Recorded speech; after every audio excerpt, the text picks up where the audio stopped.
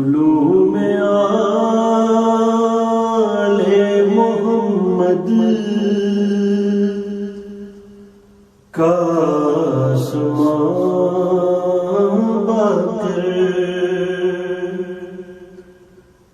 علوم آل محمد کا آسمان باقر۔ حاضرین محفل، سامعین حضرات، بزرگان، سلام علیکم۔ آج کے اس پرمسرت موقع پر یعنی ولادت امام محمد باقر علیہ السلام،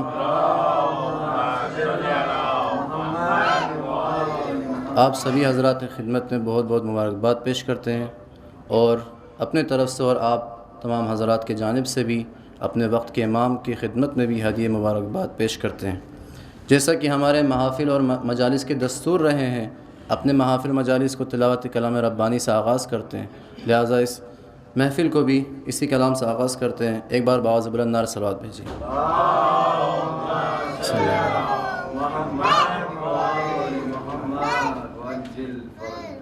اللہم صل علی محمد وآل محمد۔ اعوذ باللہ من الشیطان الرجیم، بسم اللہ الرحمن الرحیم۔ وَلِلَّهِ مُلْكُ السَّمَاوَاتِ وَالْأَرْضِ وَاللَّهُ عَلَى كُلِّ شَيْءٍ قَدِيرٌ۔ إِنَّ فِي خَلْقِ السَّمَاوَاتِ وَالْأَرْضِ وَاخْتِلَافِ اللَّيْلِ وَالنَّهَارِ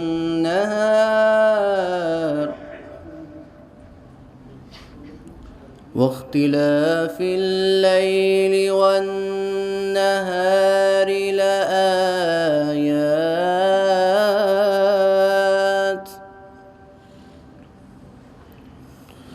واختلاف الليل والنهار لآيات لأولي الألباب۔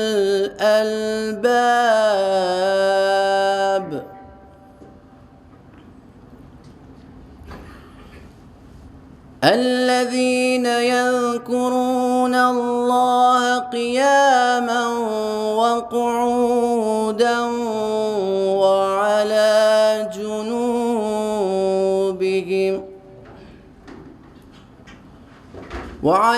جنوبهم ويتفكرون في خلق السماوات والأرض ربنا ما خلقت هذا باطلا سبحانك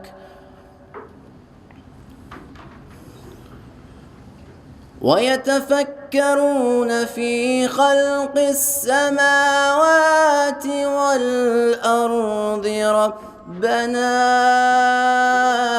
ما خلقت هذا باطلا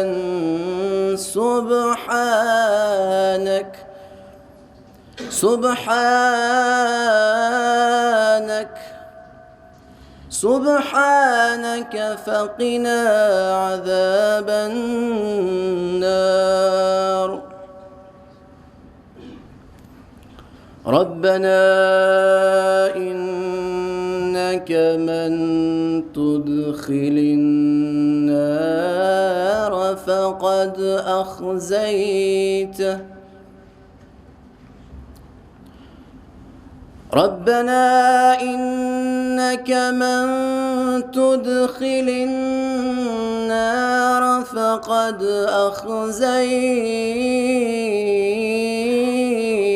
هديت وما للظالمين من أنصار ربنا إننا سمعنا مناديا ينادي للإيمان ربنا إننا سمعنا مناديا ينادي للإيمان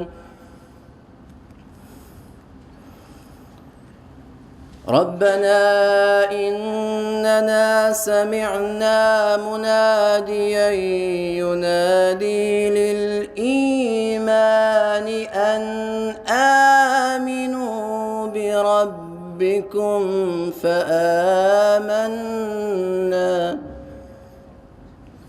ربنا فاغفر لنا ذنوبنا وكفر عنا سيئاتنا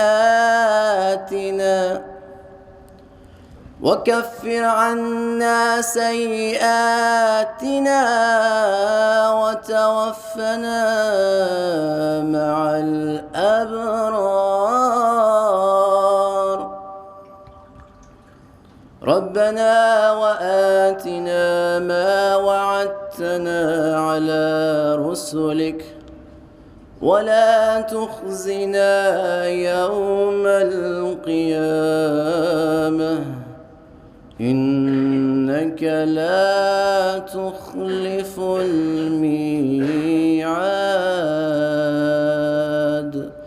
صدق الله العلي العظيم اللهم صل وسلم وزد وبارك على رسول الله وآله الأطهار على رسول الله وآله الأطهار صلوات اللهم صل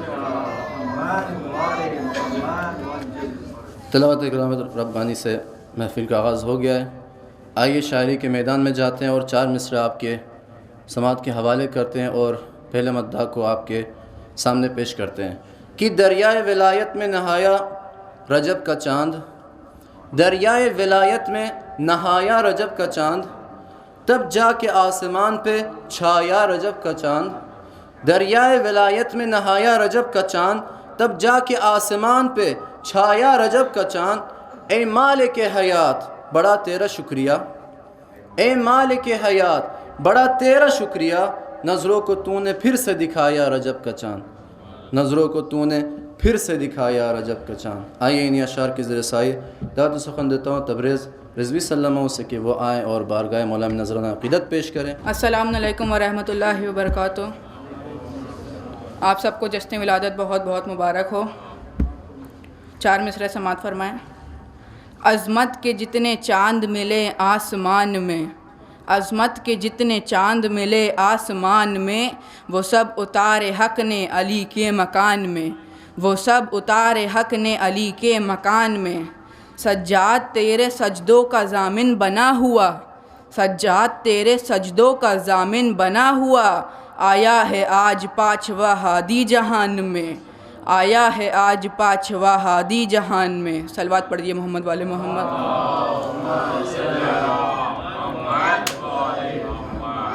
ایک مطلب اور چند شعر سماعت فرمائیں. علی کا قلب محمد کی جان ہے باقر علی کا قلب محمد کی جان ہے باقر فضیلتوں کا مکمل جہان ہے باقر فضیلتوں کا مکمل جہان ہے باقر.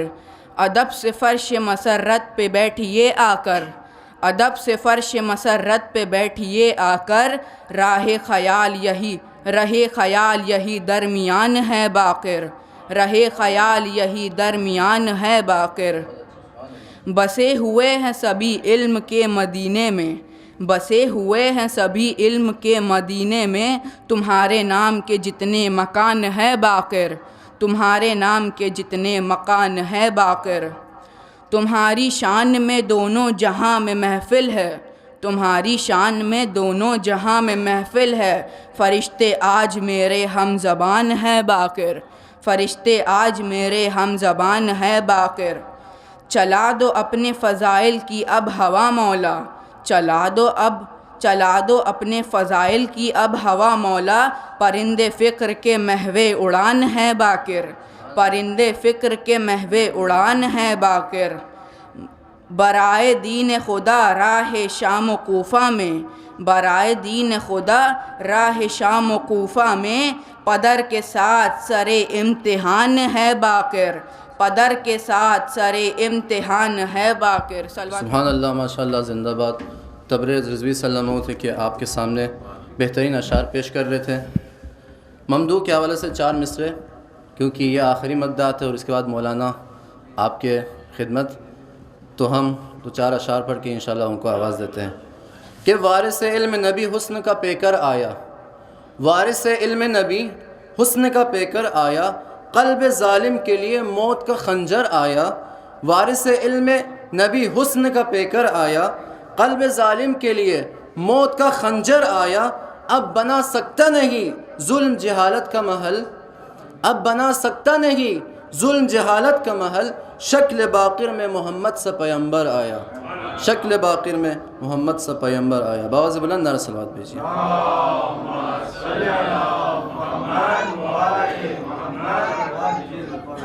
عرض کر رہا ہوں کہ کل ایمان کا ایمان محمد باقر، کل ایمان کا ایمان محمد باقر، عدل و انصاف کا میزان محمد باقر، علم و آداب کی پہچان محمد باقر، علم و آداب کی پہچان محمد باقر، یعنی ہے بولتا قرآن محمد باقر، اور غیر ممکن ہے کہ پہچانے زمانے والے، غیر ممکن ہے کہ پہچانے زمانے والے، سب محمد ہے محمد کے گھرانے والے، سب محمد ہے محمد کے گھرانے والے۔ باواز بلند نعرہ صلوات بھیجیے۔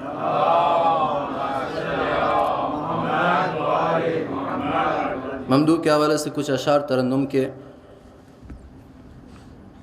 پیش خدمت ہے کہ یہ زمین باقر کی ہے، یہ آسماں باقر کا ہے، یہ زمین باقر کی ہے، یہ آسماں باقر کا ہے، اور کیا زمین کیا آسماں سارا جہاں باقر کا ہے، یہ زمین باقر کی ہے، یہ آسماں باقر کا ہے، اور جس طرح ہر خشک و تر کا علم ہے قرآن میں، جس طرح ہر خشک و تر کا علم ہے قرآن میں، سارے حکمت کی کتابوں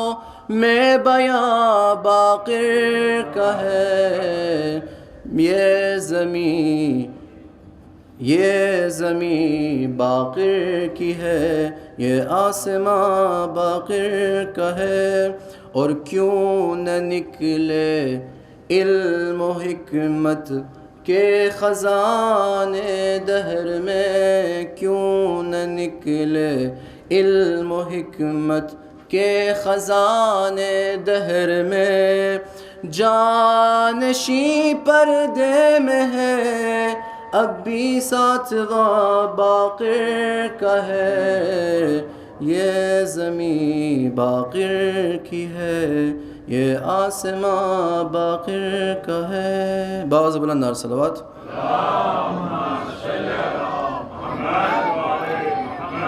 اور آخری اشعار، کچھ اشعار ممدوح کے شان میں، اور مولانا کو آواز دیں گے انشاءاللہ کہ علوم آل محمد کا آسماں باقر، علوم آل محمد کا سما باقر، علوم آل محمد کا آسماں باقر، رموز کون و مکان کا ہے رازداں باقر، اور علی کا روپ ہے یہ منبر سلونی پر، علی کا روپ ہے یہ منبر سلونی پر، دیار جہل میں ہے علم کی عذاب باقر، اور پہنچ نہ پائیں گے افکار اس کے ساحل تک، پہنچ نہ پائیں گے افکار اس کے ساحل تک، فضیلتوں کا ہے ایک بحر بے قرار باقر، اور بکھرتے جاتے ہیں شعروں میں نور کے جلوے، بکھرتے جاتے ہیں شعروں میں نور کے جلوے، ہے آسمان تخیل کے کہکشاں باقر، علوم آل محمد کا سما باقر، باعث بلند صلوات۔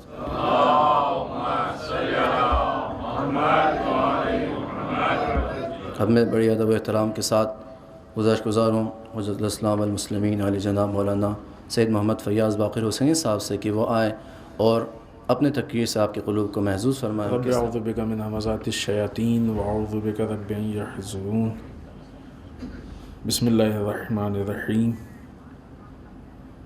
الحمد للہ وسلام علی عبادہ الذین اصطفیٰ، ولعنۃ الدائمۃ الباقیۃ علی اعدائہم اجمعین من الآن الی قیام یوم الدین، اما بعد فقد قال امامنا الباقر علیہ الصلاۃ والسلام،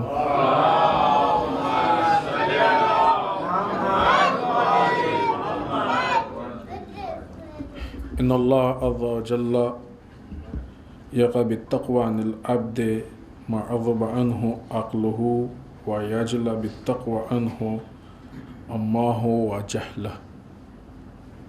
آج کی یہ شب ولادت امام محمد باقر علیہ الصلاۃ والسلام،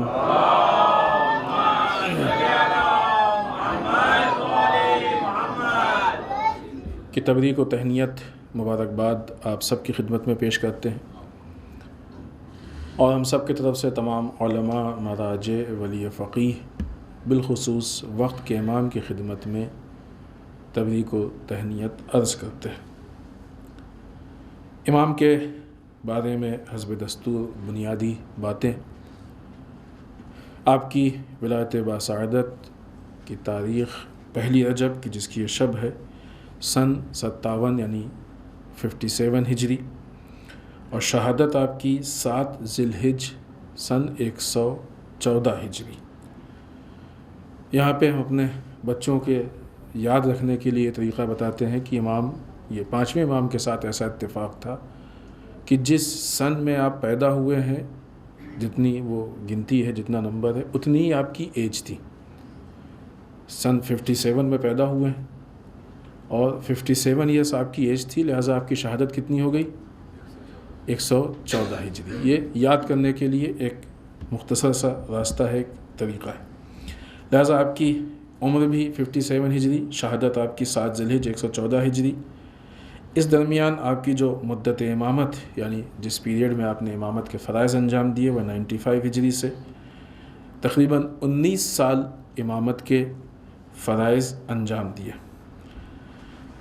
آپ کا نام محمد ہے، کنیت آپ کی ابو جعفر ہے، اور القاب میں شاکر، ہادی، لیکن باقر سب سے زیادہ مشہور ہے۔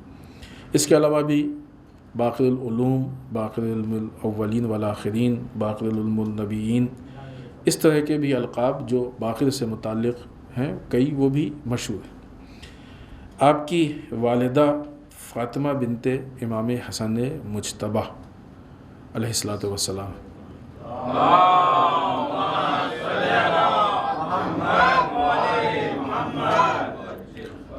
امام سے متعلق کچھ معروضات یا باتیں پیش کرنے سے پہلے، چونکہ رجب المرجب کا آغاز ہے، یہ عظیم مہینہ ہے، تو کچھ چیزیں اس عظیم مہینے سے متعلق آپ کی خدمت میں عرض کر دیں۔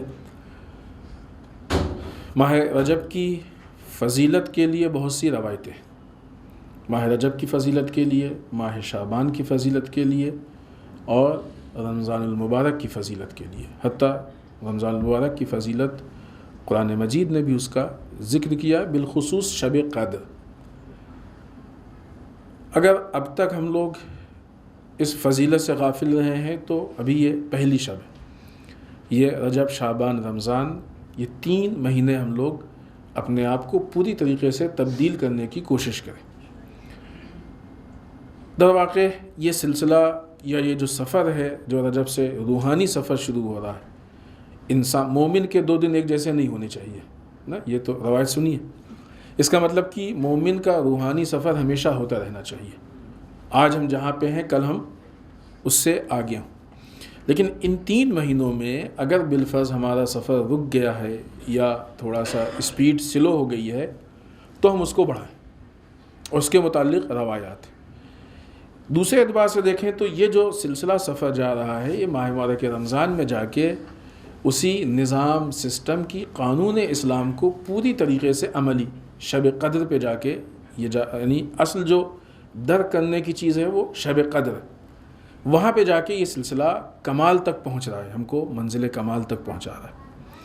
لہٰذا اب یہ جو فضیلت سے متعلق چیزیں ہیں، آپ روایتیں ہیں جو اشارے ہیں، ان کو دیکھیں تو وہ ساری چیزیں اسی طرف ہیں کہ انسان اپنے اندر تبدیلی پیدا کرے، تزکیہ، تقوی، ان ساری چیزوں کی طرف۔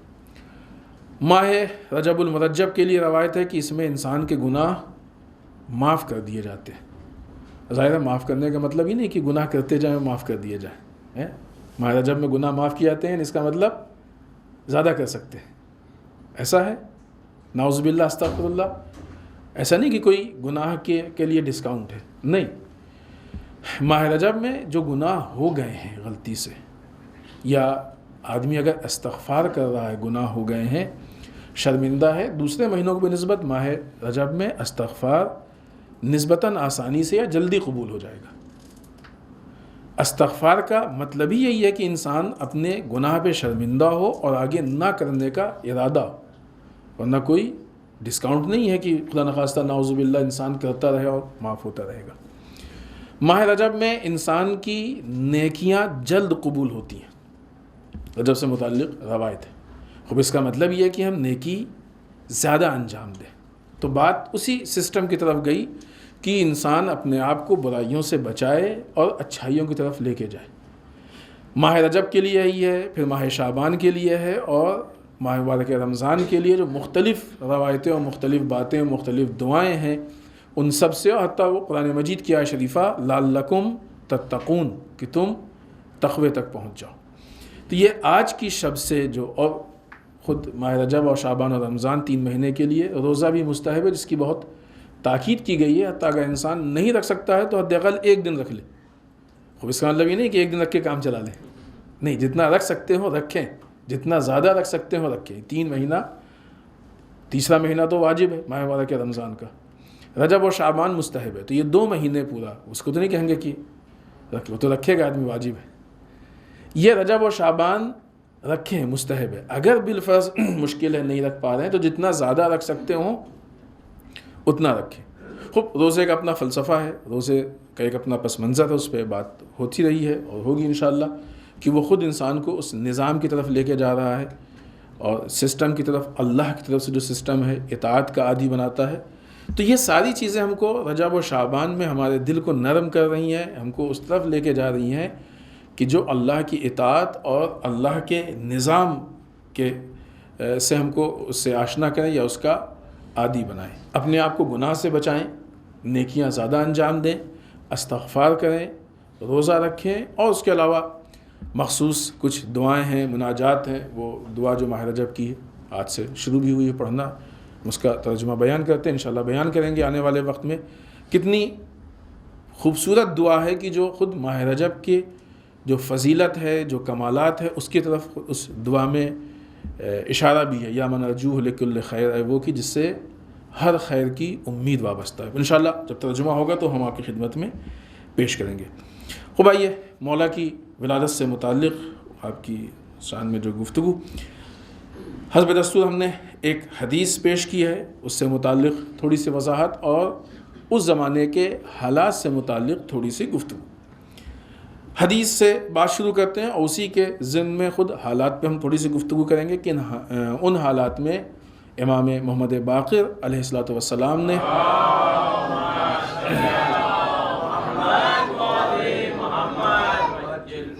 کس طریقے سے دین کی تبلیغ کی اور لوگوں کو دین کی طرف عمل کرنے کی دعوت دی۔ جو ہم نے امام کا قول آپ کی خدمت میں پیش کیا کہ ان اللہ وجل، خداوند متعال، یقع بالتقوی عن العبد ما عزب عنہ عقلہ، انسان کو بچاتا ہے تقوی کے ذریعے ان چیزوں سے جہاں تک انسان کی عقل نہیں پہنچ پاتی ہے۔ یعنی بہت سی ایسی جگہیں ہیں، ہماری عقل کل تو نہیں ہے، کامل تو نہیں ہے، تو بہت سی ایسی جگہیں ہیں جہاں تک ہماری عقل نہیں پہنچ پاتی ہے، اللہ تقوی کے ذریعے سے ہم کو ان جگہوں سے بچا لیتا ہے، اور اس کے علاوہ ہم کو دل کے اندھے ہونے سے محفوظ رکھتا ہے۔ دل ہمارا تقوی کی وجہ سے اندھا نہیں ہو پاتا ہے، اور ہم کو نادانی یعنی جہالت سے محفوظ رکھتا ہے۔ یہ تقوی کا آؤٹ پٹ ہے، فائدہ ہے کہ جو 3 فائدے امام ہم کو بتا رہے ہیں۔ تقوی کیا ہے اس پہ گفتگو ہوتی ہے، وہ نئی چیز نہیں کہ ہم اس تفصیل میں جائیں۔ حد عقل تقوی یہ ہے کہ انسان واجبات پہ عمل کرے اور حرام چیزوں سے اپنے آپ کو بچائے، یعنی نظام پروردگار کو قبول کر لے اور اس پہ عمل کر لے، لیکن وسیع معنی میں، یہ نہیں کہ وہ جو گنے چنے واجب حرام ہیں، کہ ابھی ہم کچھ اشارہ بھی کریں گے بعض چیزوں کی طرف۔ تو اللہ انسان کو تقوی کے ذریعے سے جہاں تک عقل نہیں پہنچتی اس سے بچاتا ہے، دل کے اندھے ہونے سے محفوظ رکھتا ہے، اور جہالت سے محفوظ رکھتا ہے۔ تقوی انسان کو اس کمال تک پہنچاتا ہے۔ اگر آپ امام کی زندگی یا امام کی سیرت کو دیکھیں تو امام نے خود تقوی سے متعلق بہت کوشش بھی کی ہے، اور تقوی سے متعلق امام کے بہت سارے اقوال بھی ہیں۔ البتہ جو گفتگو ہم پوائنٹس پیش کرنا چاہتے ہیں اس سے پہلے ہم کچھ وہ نکات پیش کر دیں کہ امام کی سیرت کے کچھ اہم پوائنٹ ہیں، کہ جن پوائنٹس کو اگر ہم پیش کریں تو شاید ایک اندازہ ہوگا کہ امام نے کس طریقے سے اپنی زندگی کو گزارا ہے۔ ظاہر ہے تفصیل میں جانے کا موقع نہیں، کیونکہ اگر ان سارے پوائنٹس پہ گفتگو ہو تو بہت کئی گھنٹے کی گفتگو ہوگی، تو صرف بعنوان پوائنٹس ہم بیان کریں کہ امام کی زندگی میں وہ کون سی چیزیں تھیں کہ جو پائی جاتی تھیں، پھر اس میں سے ایک آدھ بات پہ ہم تھوڑی سی تفصیلی گفتگو کریں گے۔ پہلی چیز یہ کہ خود امام کے اندر ظاہر سی بات ہے زہد و تقوی، اس میں کوئی شک نہیں، لیکن اتنا زہد و تقوی ہونے کے باوجود بھی امام ہر طرح کا کام یا ہر طرح کی کوشش کرتے تھے، کبھی بھی یہ نہیں سوچتے تھے۔ یہ کسی بھی معاشرے کے لیے ایک بات تھوڑا سا تمہیدی اعتبار سے ان باتوں کی لحاظ کریں۔ بعض اوقات لوگوں کے ذہن میں ایک ایسی بات آتی ہے کہ مثلا فلاں کام ہم نہیں کر سکتے ہیں اس بنیاد پہ کہ لوگ کیا کہیں گے۔ نہیں کر سکتے ہیں کا 2 ریزن ہوتا ہے۔ ایک نہیں کر سکتے کا ریزن یہ ہوتا ہے کہ وہ جائز نہیں ہے، خب یہ ریزن صحیح ہے، حرام ہے اس لیے نہیں کر سکتے ہیں، یہ ریزن صحیح ہے، اس کی وجہ سے کسی حرام میں مبتلا ہو جائیں گے، یہ ریزن صحیح ہے۔ ایک ریزن یہ ہوتا ہے کہ ہم یہ کام کریں گے تو لوگ کیا کہیں گے. یہ ریزن صحیح نہیں ہے. اگر وہ چیز جائز ہے، اللہ نے اجازت دی ہے اور کوئی قباحت نہیں ہے تو ہمیں کرنے میں کوئی حرج نہیں ہے. یہ لوگ جو کلچر ایک دائرہ بنا دیتا ہے، اس کی وجہ سے بہت زیادہ مسائل، لہٰذا بہت سارے کام ایسے ہیں کہ جو لوگ نہیں کر پاتے ہیں. لوگ کیا کہیں گے، اچھائیوں کی طرف نہیں جا پاتے ہیں، معاشرہ اچھائیوں کی طرف. مثلا اگر شادیوں سے متعلق، ابھی ظاہر سی بات ہے کہ انشاءاللہ اور شادیاں ہوں گی، شادیوں سے متعلق اگر بات کی جائے کہ بھائی فلاں چیز چھوڑ دیں، فلاں رسم چھوڑ دیں، فلاں کام چھوڑ دیں، فلاں چیز حرام ہے چھوڑ دیں، یہ لوگ کیا کہیں گے. حتیٰ بعض اوقات حرام کے لیے کہا جاتا ہے، مثلا خود مکس گیدرنگ کے لیے کہا جاتا ہے کہ اگر مکس گیدرنگ نہ کریں. لوگ کیا کہیں گے، ہمارے تو جو گیسٹ ہیں، جو بھی جن لوگوں کو ہم دعوت دے رہے ہیں، وہ کہیں گے کہ ارے ان کے ہاں تو مکس گیدرنگ نہیں تھی. یعنی ایسا لگتا ہے کہ مکس گیدرنگ نہ کر کے کوئی گناہ کر رہے. آپ دیکھیں یہ لوگ کیا کہیں گے کس حد تک مضبوط ہو گیا. جس چیز کا کوئی وجود نہیں ہونا چاہیے تھا کس حد تک پہنچ گیا کہ اب انسان یہ نہیں سوچ رہا ہے کہ خدا کیا کہے گا، اس کے مقابلے میں یہ سوچ رہا ہے کہ لوگ کیا کہیں گے. پھر یہی انسان آ کے کہتا ہے اللہ اکبر، جس نے لوگوں کے سامنے، ظاہر سی بات ہے ایک طرف یہ کہ حرام کام ہے، ایک طرف یہ کہ لوگ کیا کہیں گے، تو اس نے اس چیز کی رعایت کی کہ لوگ کیا کہیں گے، اور اس کی رعایت نہیں کی کہ اللہ کیا کہے گا. تو اس کا مطلب کہ اللہ کی بات کو چھوٹا کر دیا نا. پھر یہی انسان آگے کہتا ہے اللہ اکبر. عمل کہہ رہا ہے کہ نعوذ باللہ اللہ اصغر ہے، زبان کہہ رہی ہے کہ اللہ اکبر ہے. فرق ہے کہ نہیں؟ اکبر کہتے ہیں بڑے کو، اصغر کہتے ہیں چھوٹے کو. جب ہم کہہ رہے ہیں اللہ اکبر تو اللہ ہر چیز سے بڑا، تو اس میں یہ نہیں کہ لوگ کیا کہیں گے.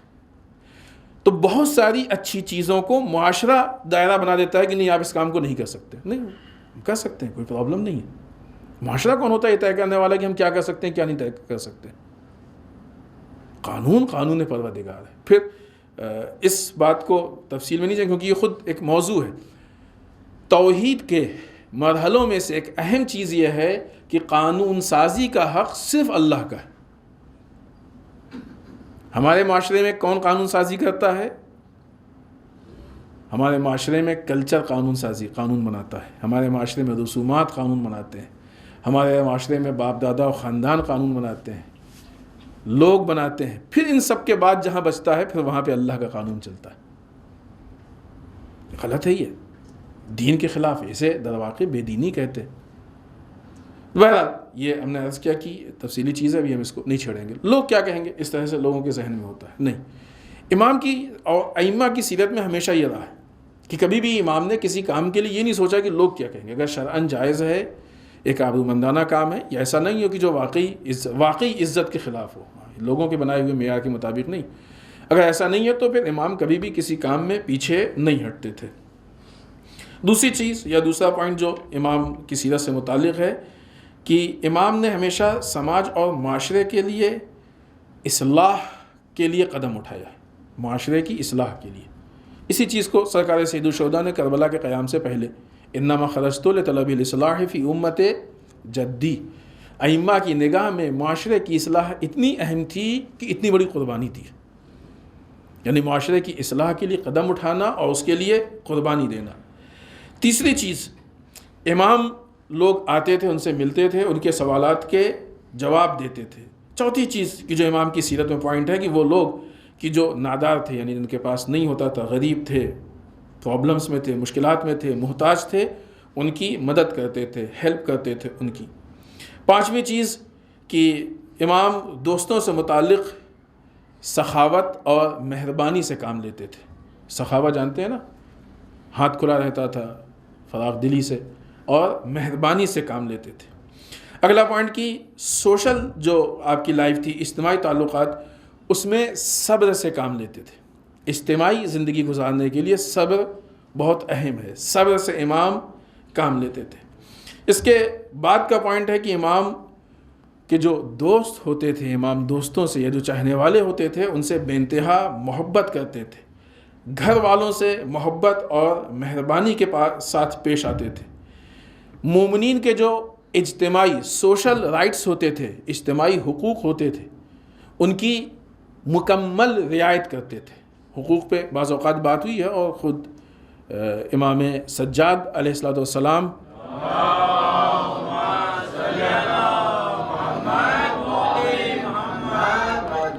کی طرف سے وہ مشہور ہے رسالۃ الحقوق، حتماً آپ نے دیکھا ہوگا، نہیں دیکھا ہے تو دیکھ لیں، اس کو مطالعہ کریں، اس کا بہت تفصیلی نہیں ہے لیکن بہت ہی پوائنٹ ٹو پوائنٹ اور بہت اہم باتیں ہیں۔ تو لوگوں کے حقوق کو امام کبھی پائمال یا ضائع نہیں ہونے دیتے تھے۔ لوگوں کے جو سوشل حقوق ہیں وہ اپنی جگہ پہ، لوگوں کے مالی حقوق کو، یہ نہیں کہ کسی کے حق کو مثلا ضائع کر دیا، سوشل اعتبار سے الگ اور مالی اعتبار سے الگ۔ امام شریفانہ نہایتی جمال اور کمال ان ساری چیزوں کے ساتھ زندگی گزارا کرتے تھے۔ تو بہرحال یہ ایک امام کی وہ زندگی تھی جو کہا جائے کہ مکمل زندگی اسلام کے ساتھ اس کی معاشرے کی فلاح و بہبود کے لیے۔ امام کے اقوال میں دیکھیں، اور ائمہ کے اقوال میں یہ حسن ہے کہ ائمہ نے لوگوں کی جو سماجی زندگی ہے اس کے چھوٹے چھوٹے پوائنٹ کو بھی حل کرنے کی کوشش کی ہے، کبھی اپنی سیرت کے ذریعے سے، کبھی اقوال کے ذریعے سے۔ مثال کے طور پہ ہم آپ کو مثال دیں، خود امام باقر علیہ الصلوۃ والسلام کا ایک قول ہے،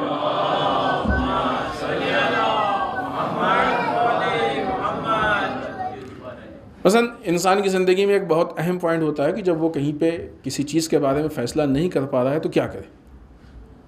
اسلام کہتا ہے کہ آپ مشورہ کیجیے، اگر کہیں پہ فیصلہ نہیں کر پا رہے ہیں کہ کیا کریں تو آپ مشورہ کیجیے۔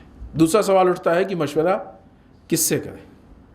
خود سب سے بنیادی چیز تو ایک یہ ہو گئی کہ جس چیز میں ہم کو مشورہ کرنا ہے، جو اس فن کا ماہر ہے اس سے مشورہ کریں، ہے نا۔ کسان سے بھی نہیں پوچھیں گے کہ اپنے بچوں کو کس اسکول میں پڑھائیں، ایسا تو نہیں ہے۔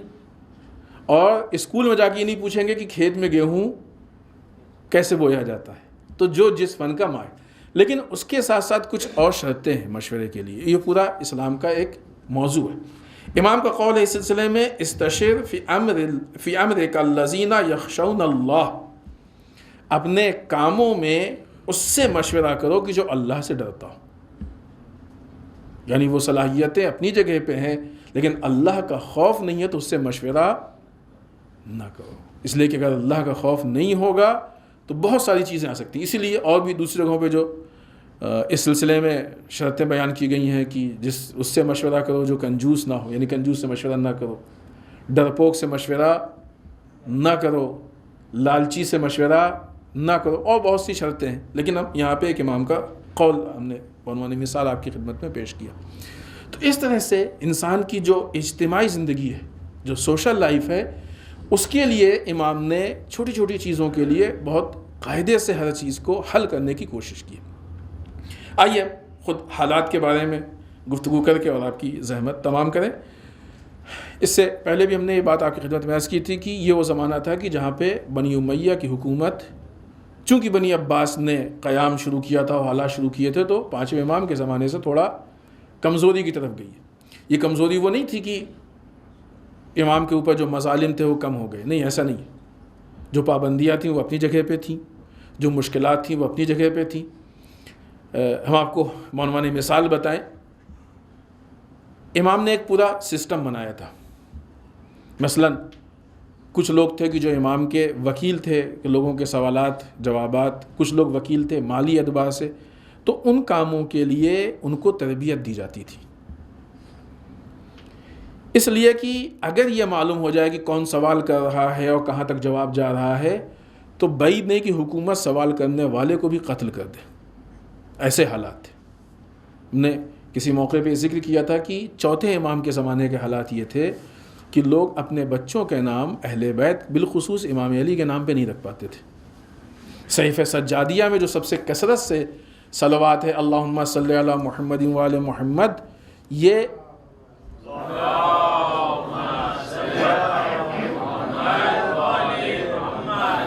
آج ہم یہاں بیٹھ کے کتنی بھی صلوات پڑھ لیں کوئی ہم کو نہیں روکے گا، لیکن اس وقت یہ صلوات پڑھنا بہت سخت تھا، قربانی چاہیے ہوتی تھی اس کے لیے۔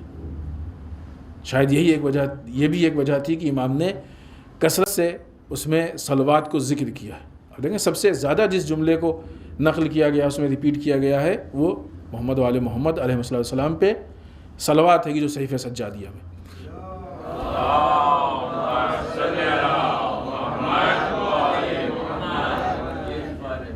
تو یہ وہ زمانہ تھا کہ اس زمانے میں اہل بیت کو لے کے اس حد تک سختی تھی. یہاں پہ یہ جو بات ہے اس کا پوائنٹ بھی ہم بیان کر دیں، اس سے پہلے ہم نے اس کو یعنی نہیں موقع ملا کہ ذکر کرتے، کہ جب بنی امیہ سے بنی عباس کی طرف حکومت جا رہی تھی اور بنی عباس انقلاب برپا کر رہے تھے کہ بنی امیہ سے حکومت لے لیں، اس زمانے میں جس کو یہ کہا جاتا ہے کہ تھوڑی آسانی تھی، وہ آسانی مصائب کے کم ہونے کی وجہ سے نہیں تھی. خوب یہ بات عرض ہوئی کیوں نہیں تھی؟ چونکہ بنی عباس کو معلوم تھا کہ ابھی حکومت جو ہے وہ ہم لے رہے ہیں، انقلاب ہے، بنی امیہ کمزوری میں ہے یا ان کو ہم کمزور کر رہے ہیں، اور ابھی یہ خود بھی حکومت نہیں لے پائے ہیں. تو یہ وہ مرحلہ ہے کہ جہاں پہ بہت زیادہ کلیئر نہیں ہے. ایسے میں اگر امام نے قیام کر دیا تو بنی عباس کے لیے حتماً مشکل ہو جاتا ہے، اس لیے کہ بنی عباس نے جو قیام کیا تھا وہ اہل بیت کے نام پہ قیام کیا تھا. وہ قیام انشاءاللہ کسی موقع پہ ہم بیان کریں گے.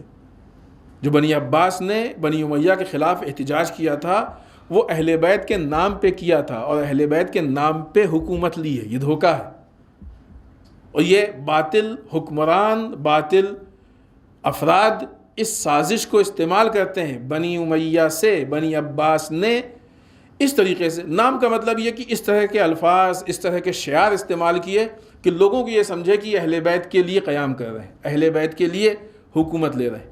اب ایسے میں اگر اہل بیت کو موقع مل جاتا ہے وہ بیچ میں اہل بیت قیام کر دیتے ہیں تو بنی عباس کی ساری سازش ختم ہو جائے گی. بنی امیہ کمزور ہو چکے ہیں اور امام مثلاً جو ہے وہ حکومت اختیار کر سکتے ہیں. لہٰذا ان ساری چیزوں کے باوجود اس حیثیت سے، پولیٹیکل حیثیت سے امام کے مصائب میں کوئی کمی نہیں ہوئی تھی، جس کا ایک بہت بڑا ایک ریزن یہ بھی ہے. لہٰذا اس اعتبار سے کمی نہیں ہوئی، لیکن دوسری جہت سے کہ امام دوسری ایکٹیویٹیز کو انجام دیں کلچرل یا اس طرح کی، تو اس میں یہ ہمارے لیے درس ہے. یہ بات ہم نے اس سے پہلے بھی عرض کی، پھر عرض کر رہے ہیں، بار بار عرض کرنے کی چیز ہے کہ جیسے ہی یعنی امام یہ بتانا چاہتے ہیں کہ اگر تمہارے پاس فرصت ہو اور موقع ہو تو سب سے پہلا کام تم یہ کرو کہ ایجوکیشن پہ کام کرو. امام نے ایجوکیشن پہ کام کیا. دوسرے ایجوکیشن پہ، ابھی ایجوکیشن بھی ذریعہ ہے اور اسلحہ ہے. دوسرے جب ایجوکیشن پہ کام کرتے ہیں تو ایجوکیشن کو ذریعہ بنا کے اپنے اہداف، اپنی افکار کو پہنچاتے ہیں. اگر صحیح انسان ایجوکیشن پہ کام کرے گا تو وہ ایجوکیشن کو ذریعہ بنا کے صحیح تربیت کو لوگوں تک پہنچائے گا.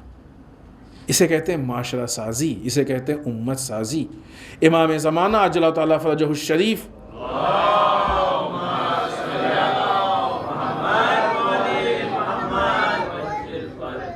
کے ظہور کے متعلق جو سب سے اہم کام ہے وہ امت سازی.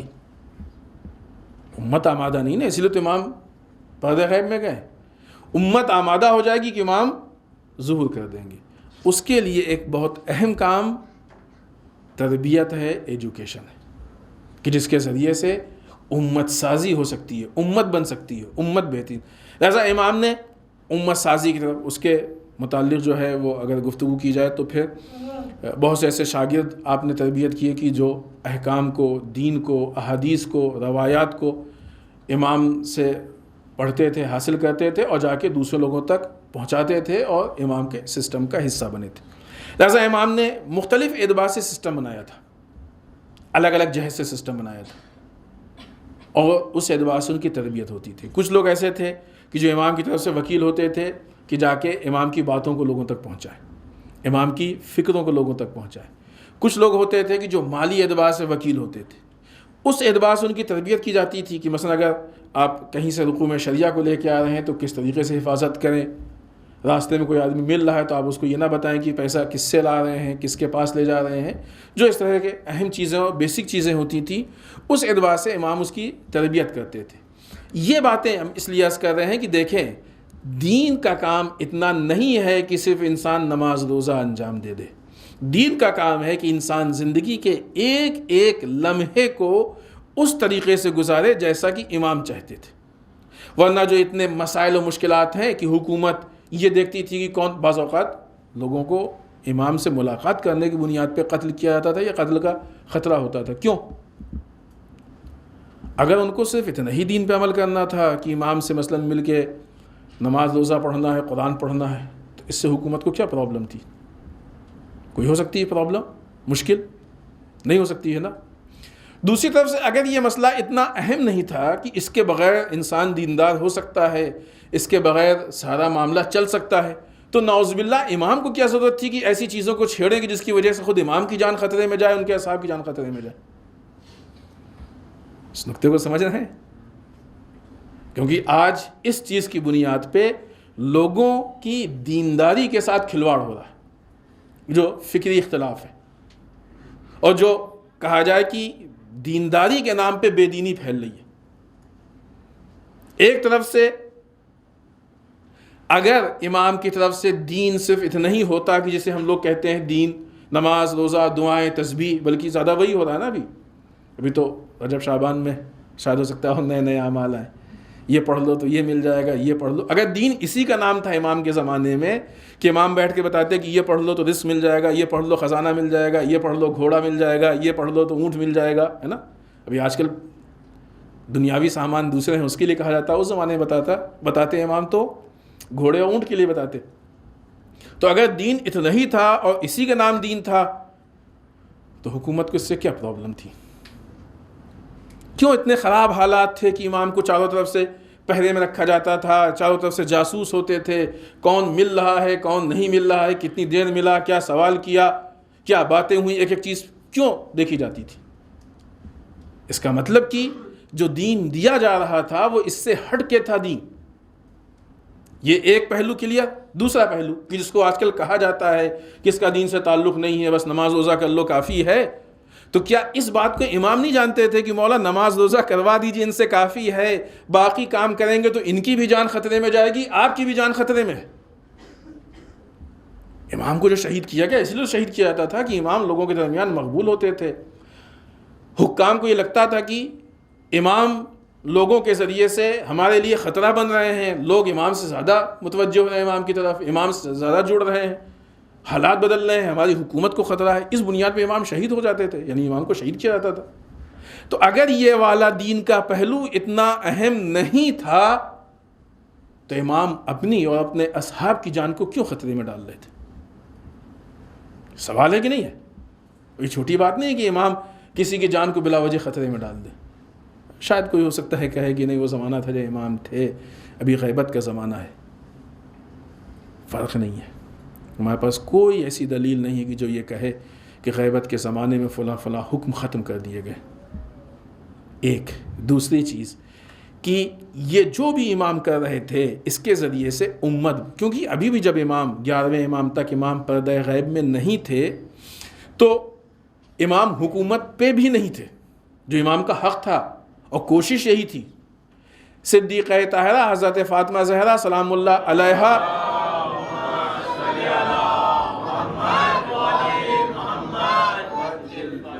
نے جس قیام کی بنیاد ڈالی تھی وہ قیام ختم نہیں ہوا تھا، وہ احتجاج ختم نہیں ہوا تھا۔ حکومت جو چھین لی گئی تھی اس کے لیے امام کوشش کر رہے تھے۔ تو یہ جتنی کوششیں تھیں یہ اس لیے تھیں کہ لوگوں کے اندر وہ بیداری پیدا کریں، امت سازی کریں، تاکہ لوگ امام کے واقعی ناصر بنیں اور امام اپنے حق تک پہنچ پائیں۔ امام کے پردہ غیب میں جانے کے بعد وہ مشکل ڈبل ہو گئی۔ ایک تو یہ کہ امام کو حکومت پہ آنا ہے، دوسرا یہ کہ امام پردہ غیب سے ظہور میں آئیں۔ لہٰذا اس زمانے میں ان کوششوں کی بنسبت اس زمانے کے زیادہ ضرورت ہے، جسے دوسرے الفاظ میں کہا جائے امت سازی کی، لوگوں کے فکری اصلاح کی، لوگوں کی تربیت کی، تاکہ لوگ اس لائق بنیں اور اتنی خوبصورت امت بنے کہ وہ اس امت کی بنیاد پہ امام پردہ غیب سے ظہور کر سکیں اور اسی امت کی نصرت کے ساتھ امام جا کے قیام کریں اور اپنے حق کو حکومت کو حاصل کریں۔ اس کا مطلب یہ کہ غیبت کے زمانے میں اس چیز کی ضرورت ڈبل ہو گئی ہے، اس کی اہمیت زیادہ ہو گئی ہے۔ اب ایسے حالات میں کوئی اگر آ کے یہ کہے کہ ہم کو ظلم کے خلاف نہیں ہم کہہ نہیں رہے ہیں، نقل کر رہے ہیں جو غلط باتیں، ظلم کے خلاف نہیں بولنا ہے اور فلاں نہیں بولنا ہے، کچھ نہیں بولنا ہے، کچھ نہیں بولنا ہے. حالانکہ جو کہتے بھی ہیں وہ خالی کہتے ہی ہیں، ورنہ جب ان پہ پڑتی ہے تو سب بولتے ہیں، ہے کہ نہیں ہے؟ تو خالی کہتے ہیں، کرتے نہیں ہیں وہ اپنے متعلق. تو کوئی اگر ایسا کہے تو اس کا مطلب کہ وہ دین سے کھلواڑ کر رہا ہے.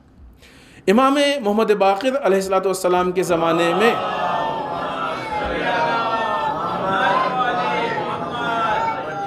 جو یہ حالات تھے، کسی بھی امام کی سیرت کو ہم حکومت یا سیاست کے پہلو سے الگ نہیں کر سکتے، ہے ہی نہیں، ممکن ہی نہیں، ممکن ہی نہیں ہے.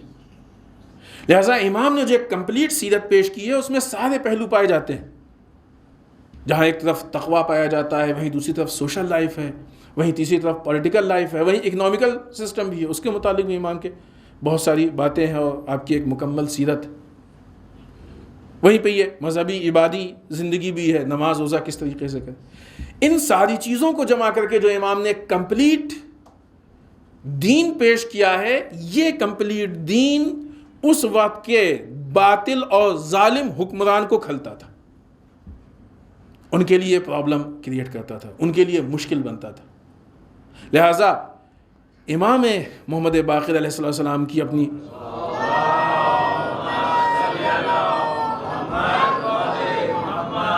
جو کوشش تھی، بات کو بس ہم سمیٹیں اور اختتام کی طرف، بہت زیادہ زحمت نہ دیں آپ کو. بہرحال نسبتاً تھوڑا سا وقت تھا، اس لیے بعض باتوں کو تھوڑا ہم نے پھیلا کے آپ کے سامنے پیش کر دیا، ورنہ ارادہ نہیں تھا اتنی تفصیلی بات کرنے کا.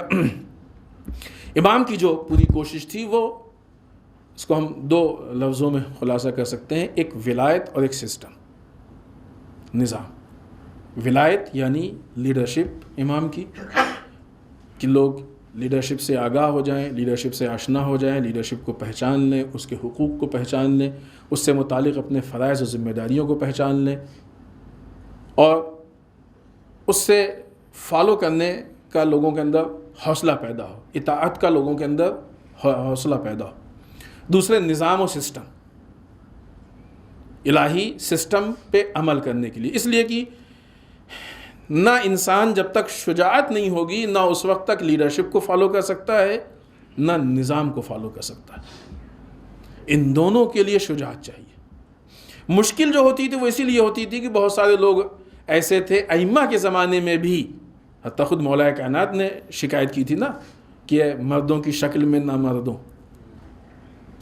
بہت سارے ایسے لوگ تھے کہ جن کو اسلام پسند تھا، اچھا لگتا تھا، عمل کرنا چاہتے تھے، لیکن کبھی دشمن سے ڈر جاتے تھے، کبھی معاشرے سے ڈر جاتے تھے، کبھی غربت سے ڈر جاتے تھے، کبھی کسی نقصان سے ڈر جاتے تھے. تو یہ بہت سارے خوف تھے کہ جو ان کو دین پہ عمل نہیں کرنے دیتے تھے. کون دین پہ عمل کرتا تھا؟ جس کے اندر شجاعت ہوتی تھی، جس کے اندر قربانی کا جذبہ ہوتا تھا، وہ دین پہ عمل کرتا تھا.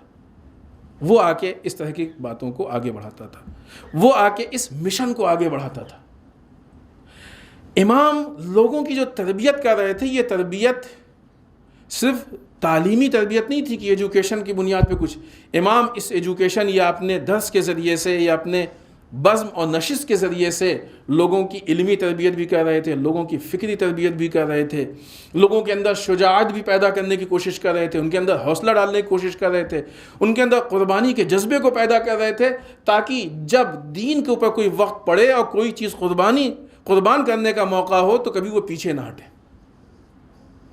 اگر کبھی جنگ کرنے کی نوبت آئے تو ان کی شجاعت و ہمت یہ نہیں دیکھے کہ ہمارا فلاں نقصان ہو جائے گا، نہیں، بلکہ وہ بڑھ کے دین کے تحفظ کے لیے اپنے جو شجاعت کے جوہر ہیں ان کو دکھا سکے.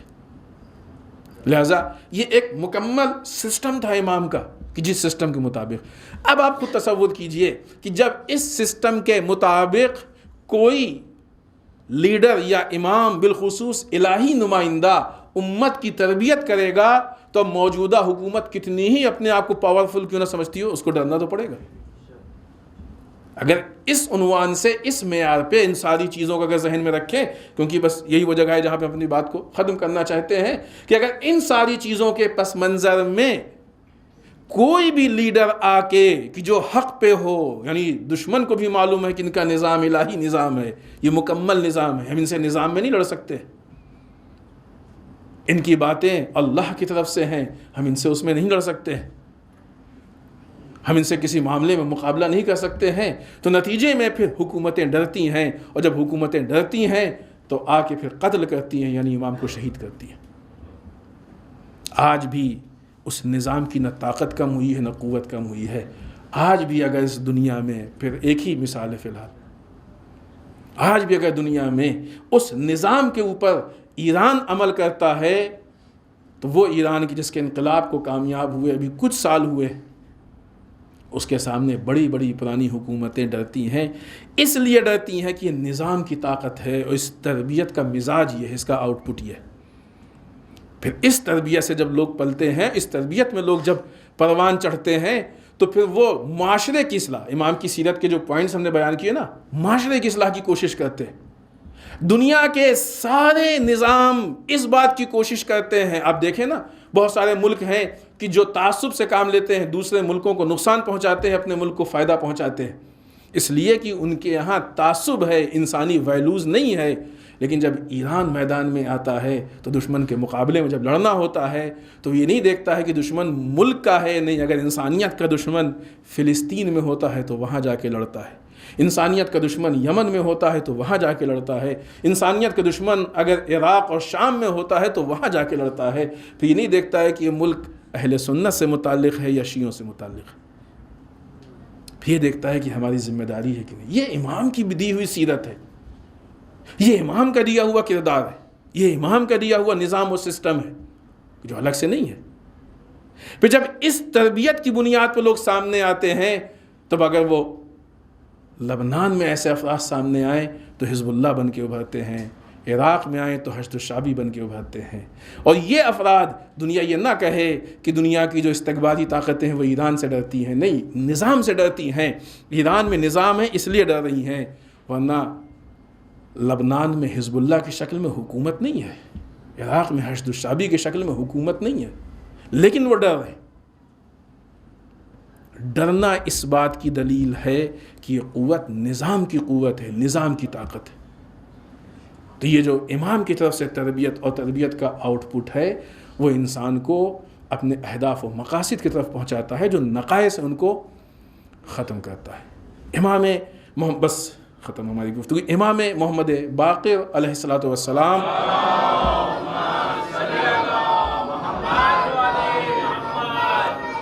کی اس سیرت سے ایک جو مکمل درس ہم کو لینا چاہیے، وہ جو لوگ دین کے متعلق کوشش کر رہے ہیں اور دھوکہ دے رہے ہیں کہ دین کو کاٹ کے اور اس میں سے بعض حصے کو، اس سے اپنے آپ کو بچا لیں۔ جب تک دین کے جزء کو ہم لیتے رہیں گے، دیکھنے میں دیندار شاید لگیں لیکن ہو نہیں پائیں گے دیندار اس دن بنیں گے کہ جس دن مکمل اور واقعی دین ہمارے پاس ہوگا۔ ورنہ دنیا میں نہ کتنے لوگ اسلامی نظام کے نام پہ حکومت بھی کر رہے ہیں، عمل بھی کر رہے ہیں، لیکن واقعی اسلام ہر ایک کے پاس نہیں ہے۔ کیوں؟ اس لیے کہ وہ اسلام کے پارٹ پہ عمل کر رہے ہیں، اور جن کے پاس ہے واقعی اسلام وہ مکمل اسلام پہ عمل کر رہے ہیں۔ ائمہ کی کوشش، فرق یہی ہوتا تھا، حکمران یہ چاہتے تھے کہ اپنے فائدے کے حساب سے دین کو ٹکڑے ٹکڑے کر دیں، جو ہمارے حق میں نقصان دہ ہو اس کو ہٹا کے باقی دین لوگوں کے سامنے پیش کریں۔ امام یہ چاہتے تھے کہ مکمل دین لوگوں کے سامنے پیش کریں تاکہ لوگ کمپلیٹ طریقے سے اللہ کے بندے بن سکیں۔ والسلام علیکم ورحمۃ اللہ وبرکاتہ۔